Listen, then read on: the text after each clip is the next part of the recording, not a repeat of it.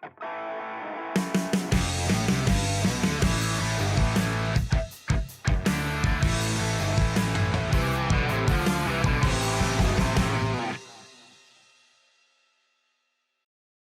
and welcome to Throttle Up.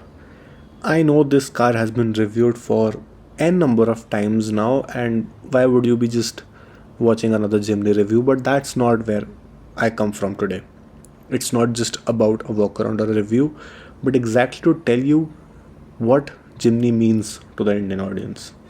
And it's not just about off roading experiences or comparing it with Thar. It's about how Maruti Suzuki as a brand has sustained over the 25 years and continues to shape the tastes of the Indian common man when it comes to automobiles. 25 years ago, it was the dream of the first car. Now it's the dream of having your own SUV or a Jeep, which is an extension of you. How many people could say that? Jimny is exactly that. Jimny can be a gift from a father to a son on his 25th birthday, from a corporate employee to himself for working hard because they deserve it and just because they like it. It might even be your first car.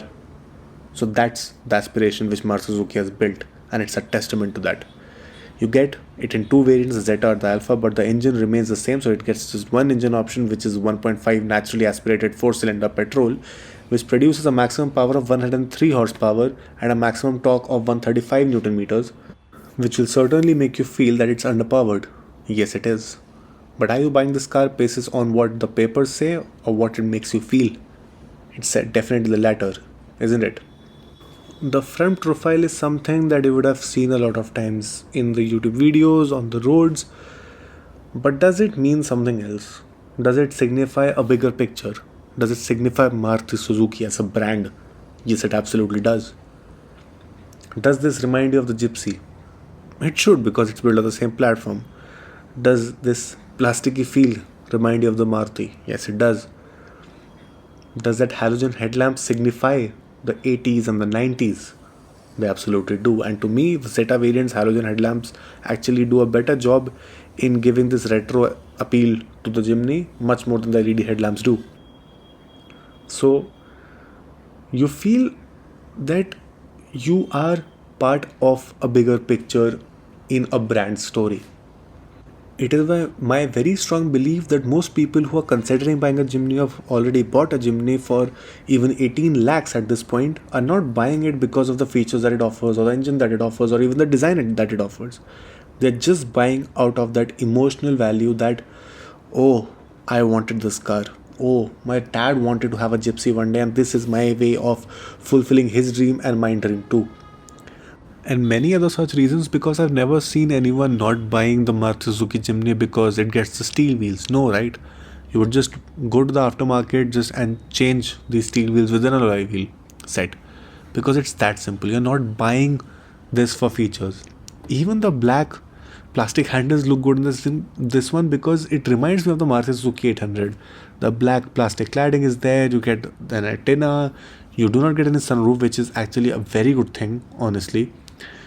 Why am I saying that it's a good thing? Because it is an underpowered car on paper, and adding the sunroof would basically add a lot of weight, and it's not even aerodynamic because it's a very boxy design. So it's a very good thing that Maruti decided not to give sunroof even in the upper variant. For the rear design also, nothing to write home about. Simple halogen tail lamps housed in the bumper. You get Jimny badging, all grip badging.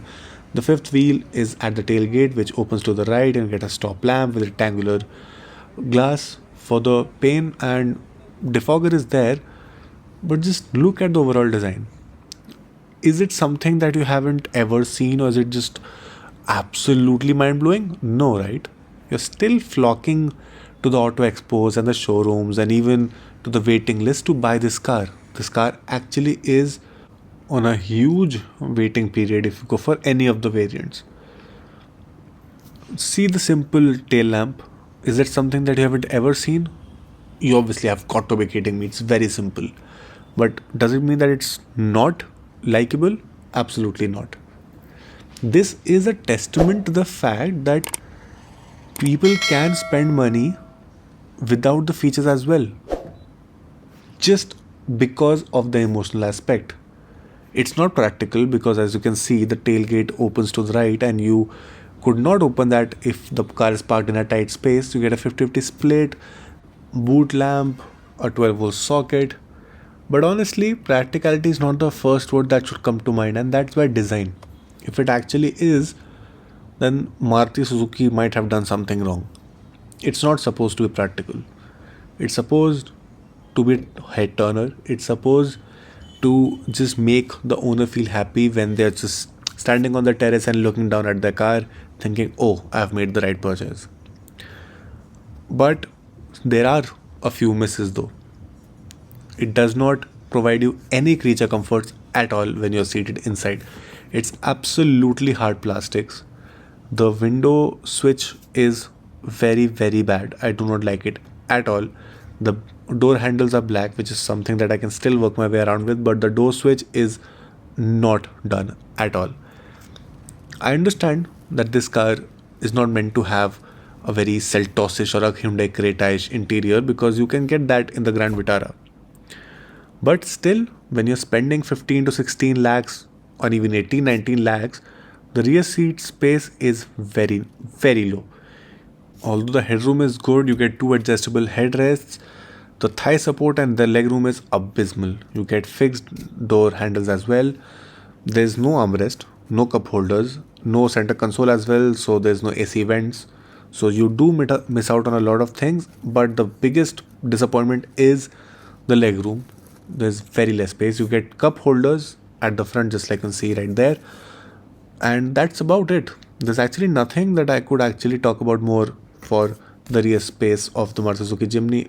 This is on child lock, I guess, so I would have to exit from the other side, and because it's not a wide interior, I can very easily switch from one door to the other, which is a problem.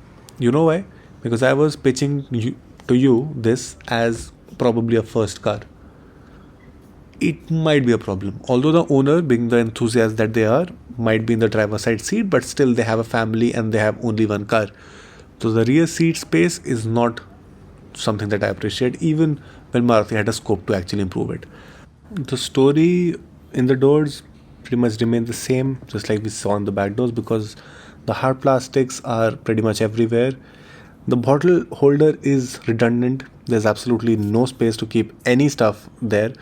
This textured finish, gloss silver finish with the black plastic is something that I do not understand why they have done that. The power window switches are not placed on the front two doors but right in the center, and it will remind you of the early 2000s car. So I wouldn't say retro because at that time we got manual windows, but when you talk about automatic switches, the power windows, initially we do get that in the center in the just start of the millennia. So again, it's personal whether you like that nostalgic decision that they've taken or not, but yes, to each their own. Now if you talk about the instrument cluster as well, it's picked up exactly like it was in the Gypsy. So you get square boxes with those fake screws, and obviously I don't expect an MID or a 7-inch instrument cluster in this car. I think the instrument cluster very clearly gives it away what exactly I've been talking about, that every design decision that they have taken in the Jimny is very conscious of what exactly they were trying to achieve by highlighting the significance of their older cars. So it's not about the features, it's exactly the mix of modern versus creating something which is an ode and a memory to the cars which made Maruti the brand that it is today. You obviously get the tachometer, the speedometer, the required indicator signals, and the MID housing, very basic features. But yes, it is exactly what you would want this car to be. If you dreamt of a Gypsy when you were 5 years old in 2003, now you have the option to buy it. The steering wheel has a tilt adjustability. The telescoping one is restricted to the Alpha variant. You get infotainment controls because now in 2023 we do get the infotainment which we did not get in the era of Zen, Maruti 800 and the Gypsy. And as I mentioned, it's an amalgamation of when the Metro, actually a good point, a retro and Metro. This is exactly what this car is for Metro audiences, but for the times when you and your parents were in the retro era.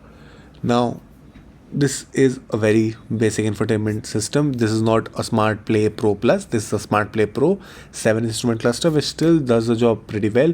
The touch is responsive, and this is the infotainment we have seen in the newer cars. But in the lower variants of all the cars, like the Baleno, the Fronx, even the Vitara. So yes, I am pretty much familiar, and you would be pretty familiar with this infotainment too. Although the housing of this infotainment is something that I do not like. This grey textured plastic, which is gloss, is just something that I do not understand. This car would have been much better off with a matte grey plastic appeal. Gloss blacks would have also just creative sort of dissonance with the association of the brand image of this car. But yes, the touch is responsive, the sound is okay. You get 4 speakers and 2 tweeters at the front, but that's for the Alpha. You get only 4 speakers in the Zeta variant, and it's still a good deal. You get AC vents, which again are very, very, very retro-ish. You get a very simple hazard lamp button, matte plastic across the dashboard, no fancy dashboard as such, very rugged. You get manual AC, so you do not get any climate control. And as I said, I would have definitely, with my eyes closed, bought this variant because it's all about nostalgia, right?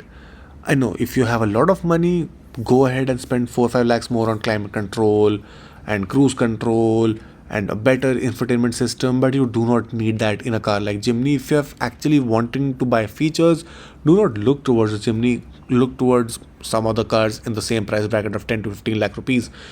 You get an automatic transmission to ease your daily commute, but again, manual would be the one to go for. You get buttons just like in the Jeep Compass and the Jeep Wrangler to actually operate your power windows and the hill descent control and the auto start storm labeler and the traction control button. These buttons are the only thing which do not feel flimsy, honestly. This is the standard 4-wheel drive control button for the 2 highs and the 4 highs and the 4 low.